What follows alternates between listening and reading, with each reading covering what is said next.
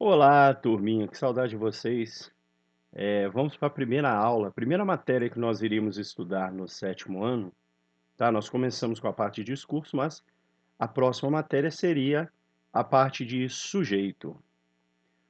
Bom, sujeito é sempre de quem a frase fala. Pedro estava em casa. Aí eu me pergunto, de quem fala essa frase? Ou, quem é que estava? Quem é que estava em casa? É o Pedro? Então, Pedro vai ser o nosso sujeito. Aí o sujeito, nós vamos dividir o sujeito em classificações. Nós temos um sujeito chamado sujeito simples. O sujeito simples é aquele que tem um núcleo só. Como assim? Vamos olhar aí. A filha do dono da padaria ficou feliz. Quem é que ficou? A filha do dono da padaria. A filha do dono da padaria é o nosso sujeito. Então, vamos analisar aí. A filha do dono da padaria ficou feliz. Filha é a palavra mais importante dentro desse sujeito. Como que eu sei disso? Se eu falar filha ficou feliz, a minha frase faz sentido, tá vendo? Se eu quiser falar assim, ó, do dono da padaria ficou feliz. A do dono da padaria ficou feliz. Não dá. Do dono da padaria ficou feliz. Da padaria ficou feliz. A ficou feliz. Agora, filha ficou feliz dá certo. Porque filha é a palavra mais importante dentro desse sujeito. Outra maneira de a gente saber. Esse sujeito está falando de quem? Da filha. Filha do dono da padaria, tá vendo? Então, filha é a palavra mais importante. Se eu tenho uma palavra só mais importante, eu tenho o sujeito simples. O sujeito composto já é aquele que não vai ter uma palavra importante só. Ele vai ter duas ou mais palavras importantes.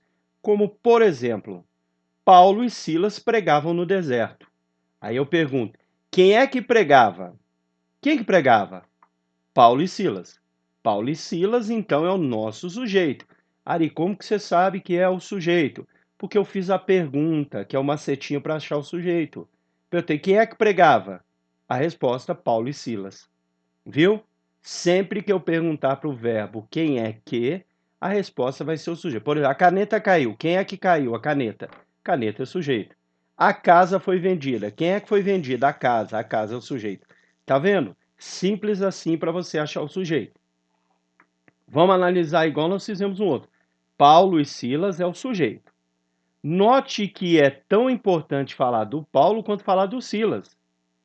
Gente, se eu falar, ó, Paulo pregava no deserto, cadê o Silas? Se eu falar Silas pregava no deserto, cadê o Paulo? Tá vendo? Tanto Paulo quanto Silas são palavras importantes. Então eu tenho duas palavras que têm a mesma importância. Se elas têm a mesma importância, eu tenho o sujeito composto. Gente, sujeito composto, geralmente, na maioria das vezes, tem casos aí que são exceções, mas na maioria das vezes ele vai ter esse E aqui, que é a ligação. Se eu coloco aqui Paulo, Maria, Carlos, Antônio e Silas, todos esses nomes serão núcleo do sujeito, tá bom? Então esse sujeito nós chamamos de sujeito composto. Bom, temos um sujeito composto, tá? Essa foi uma aula para ser rápida, para vocês não ficarem cansados assistindo muita aula. Eu vou fazer uma segunda aula que vai ser falando do sujeito indeterminado, do sujeito oculto e das frases que não têm sujeito, tá bom? Espero que vocês tenham gostado. Deixa um like pra gente aí, inscreve no canal para você ficar sabendo quando tiver aula nova, tá bom? Pode passar o link para seus colegas para eles assistirem, que não tem problema não, tá? Quanto mais gente assistir, melhor para mim, melhor para vocês também, tá bom? Muito obrigado.